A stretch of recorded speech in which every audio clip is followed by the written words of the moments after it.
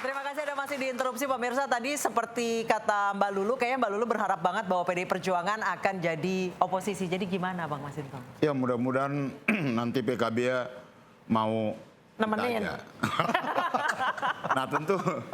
Nah tentu kenapa kita sadar bahwa prinsip dalam bangun bangsa ini gotong royong. Politik itu nggak bisa dilakukan sendiri-sendiri. Nah hari ini kan semua tahapan proses pemilu ya, baik pilpres pileg yang baru selesai kan pilpres itu pun belum semua juga, MK masih ada PT UN dan kemudian pileg ini masih berproses di MK.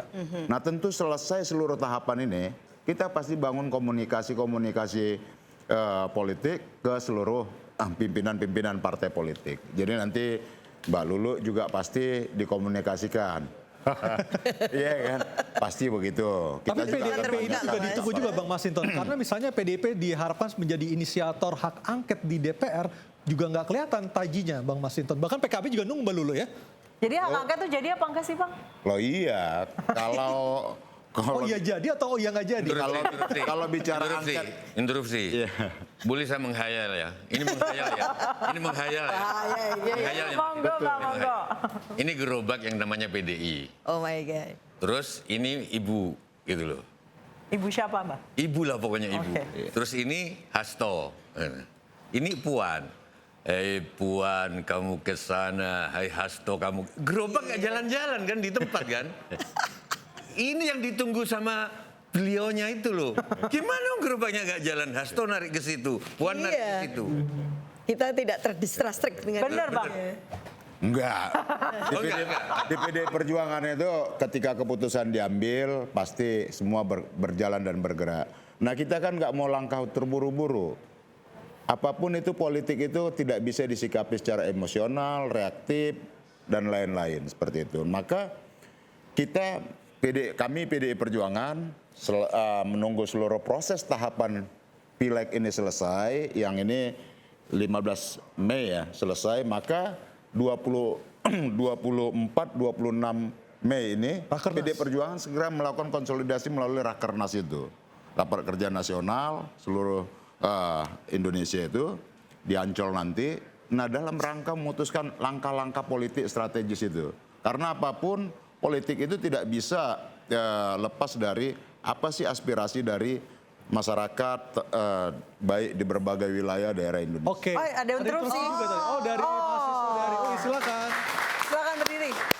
Jangan telat kalau interupsi wal mahasiswa ya. Sebelumnya terima kasih, perkenalkan nama saya Nabila Wasila Rahmi, saya mahasiswa Fakultas Hukum Universitas Indonesia.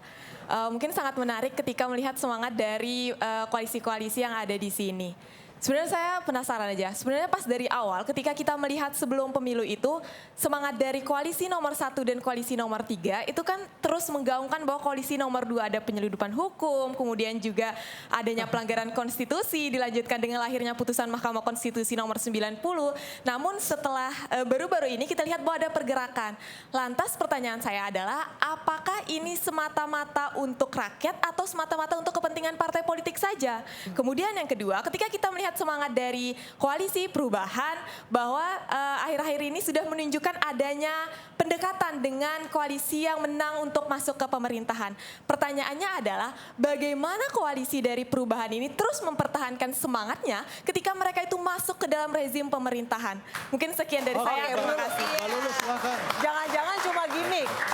Ya gini ya, saya punya ilustrasi juga. Yang dulu suka menyelepet Pak Prabowo, sekarang masih kena selepetan itu. Gini, Apa jajan gimmick? saya punya ilustrasi begini. Kita punya agenda perubahan nih, seperti yang disampaikan oleh Gus Imin ke Pak Prabowo.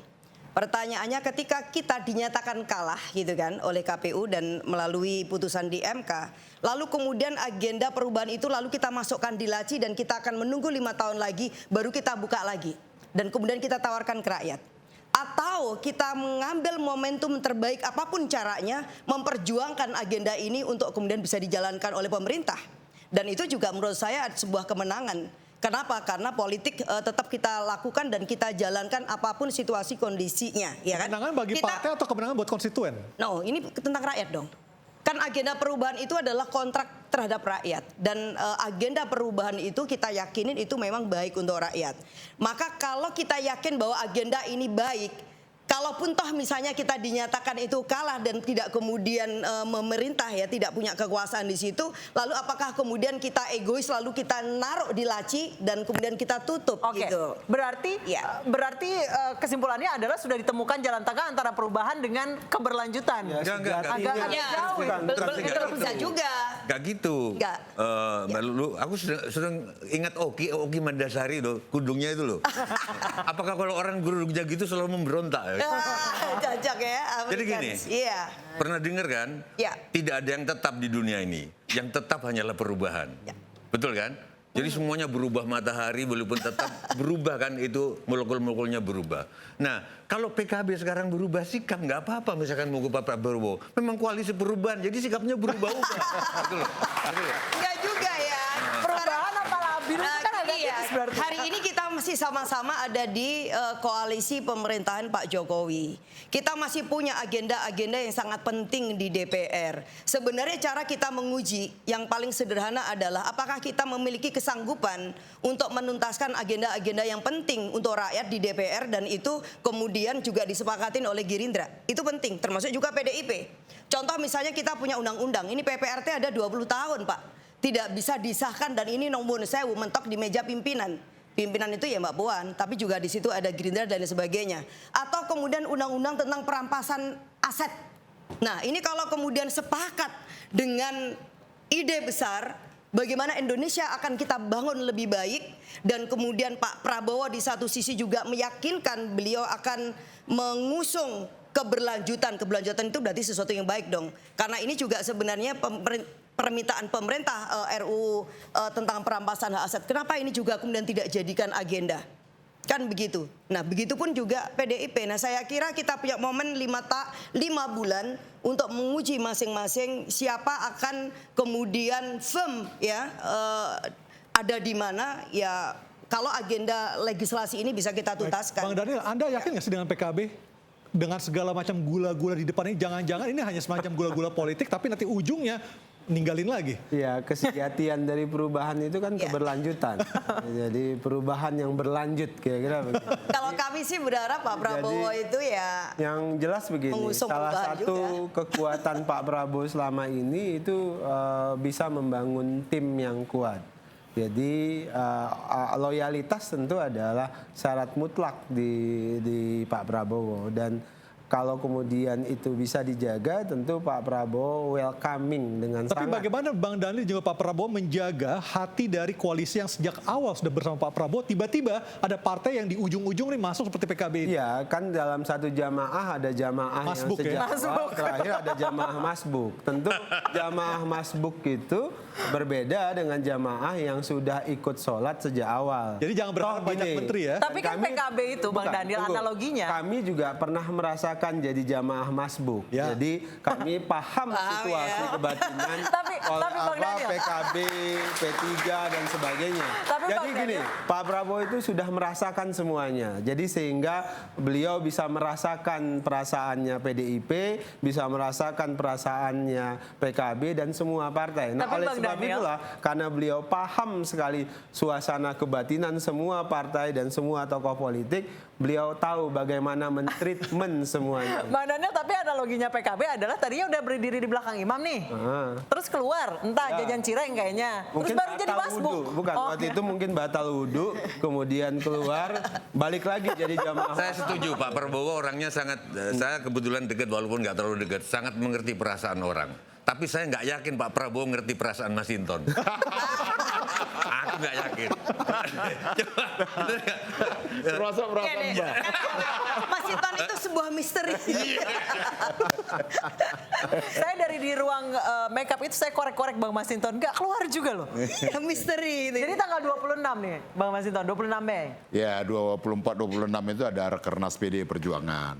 Nah itu tentu bagi kita adalah langkah politik yang saya katakan tadi itu tidak bisa disikapi secara reaksioner gitu ya, menyikapi ini. Tetap dengan butuh langkah yang memang benar-benar firm kita bisa ambil atas situasi ini untuk melangkah ke depan. Nah sekarang Pak Ma, semua partai bicara tentang ramai tentang ya ingin ikut dalam gerbong pemerintah, apapun itu alasannya, dukung pemerintah meskipun kami nggak dapat menteri, kami ikhlas, retorikanya kan begitu. Semua, ya jangankan partai politik, relawan yang nggak punya secara politik gitu ya, gerbong politik begitu juga dia pengen jabatan kok. Begitu loh, apalagi partai politik. Kan begitu, ada ideologi, ada program yang harus dia perjuangkan dan dia bertanggungjawabkan kepada konstituennya. Nah tentu langkah kami ya, tentu Bu Mega kan dalam mengambil keputusan itu bukan tipikal orang yang emosional atau Kalau sama Pak Jokowi, Bu reaksioner. Mega masih emosional nggak? Sama Pak Jokowi dan keluarganya? Itu kan urusan lain lah. Kalau orang ingkar itu yang nggak perlu kita bahas lagi. Kita melangkah. Kan selalu jangan ada drakor. Tapi Kita Mas- mau melangkah ke depan kok. Tapi katanya KTA-nya kami- belum dicabut dua-duanya, Bang Masinton. KTA-nya masih ada. Ah itu mah. Kalau KTA itu kan administratif, politik itu kan de facto dan Oke, secara kalau legitim. PDIP akan nunggu rakernas, kalau P3 akan nunggu momentum apa, Mbak Lia? P3 sekarang target kami harus menang dulu di MK ya. Jadi ketika kami sudah pasti memiliki kekuatan di parlemen, kita baru punya bargaining power yang jelas gitu. Kalau tidak kan kita masih harus dalam tahap berjuang. Kalau yang lain-lain mungkin sekarang sudah bisa menawarkan sesuatu. Tapi kalau menurut kami sangat bijak kalau kita harus memperjuangkan dulu ini sampai kemudian kita punya bukti bahwa ada sekian kursi yang P3 miliki dan itu tentu akan signifikan untuk menjadi bagian dari pemerintahan untuk memperkuat parlemen. Kalau ternyata di MK Parlemen nanti kalah, gugatannya tidak terkabul, apa yang akan dilakukan oleh P3, Mbak Lia? Kita lihat nanti ya, karena kalau sekarang ketika kami sudah memperlihatkan jelas ya, begitu banyak bukti-bukti yang bisa kita presentasikan, yang bisa kemudian kita tunjukkan bahwa neraca antara jumlah suara yang P3 kumpulkan dari data C1 yang kita miliki itu sangat berbeda dengan KPU dan bisa kita buktikan, maka MK harus menghitung ulang. Dan MK harus menyatakan sebenarnya suara P3 berapa. Dibandingkan Katanya ada yang dengan bergeser ke partai ditetapkan. yang nggak lolos juga sebenarnya, benar? Ada yang seperti itu, ada juga beberapa kasus di mana ada penggelembungan suara yang diambil dari suara tidak sah atau suara pemilih yang tidak hadir. Sehingga neraca antara pemilih yang hadir dengan suara sah menjadi sangat berbeda dan itu mempengaruhi kemudian persentase parliamentary threshold-nya P3. Nah itu yang harus kita perjuangkan dulu. Jadi kami fokus di situ sambil kemudian di pimpinan kami sedang menggodok kita kalau misalnya nanti ingin memutuskan fungsi P3 ini dia bisa menjadi lebih maslahat menjadi apa. Kalau dalam fungsi untuk berseberangan dengan pemerintahan, kekuatan kita sebesar apa? Dibanding kalau misalnya menjadi bagian dari pemerintahan gitu. Oke, Jadi nanti kalau mau jadi oposisi juga harus sangat kuat dan harus ditunjang dengan koalisi dengan Jadi partai-partai masih lain berhitung yang manfaat cukup dan mudarat signifikan. seperti itu ya? Iya. Bentar, Mbak, saya mau tanya. Menurut Romahur Muzi. itu sebelum Ganjar Pranowo dilantik, Pak Jokowi ketemu pemimpin P3, Pak Mardiono. Pak Sebelum Mardiono dilantik apa nih? di Depok. Nanti Pak Ganjar mau